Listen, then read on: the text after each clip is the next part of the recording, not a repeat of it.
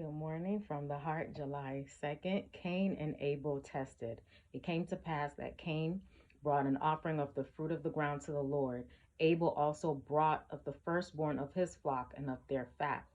And the Lord respected Abel and his offering, but he did not respect Cain and his offering. Genesis 4, verse 3 to 5. Cain and Abel, the sons of Adam, were unlike in character. These brothers were tested as Adam had been tested before them to see if they would be obedient to God's requirements.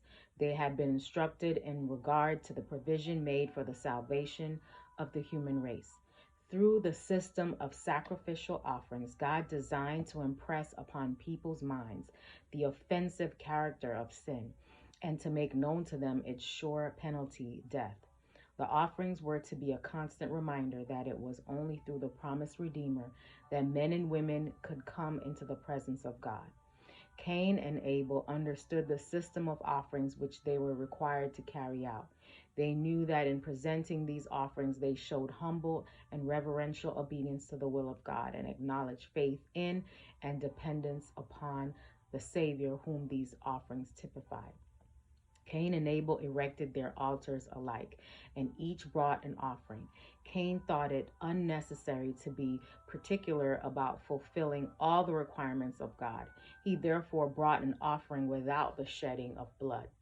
He brought of the fruits of the ground and presented his offering before the Lord, but there was no token from heaven to show that it was accepted. Abel entreated his brother to come into the presence of God only in the divinely prescribed way. But his remonstrances made Cain all the more determined to carry out his own purpose. As the eldest, he felt above being advised by his brother and despised his counsel. Abel brought of the firstlings of the flock the very best, as God had commanded him. In the slain lamb, he seized by faith the Son of God, appointed to death because of the transgression of his father's law.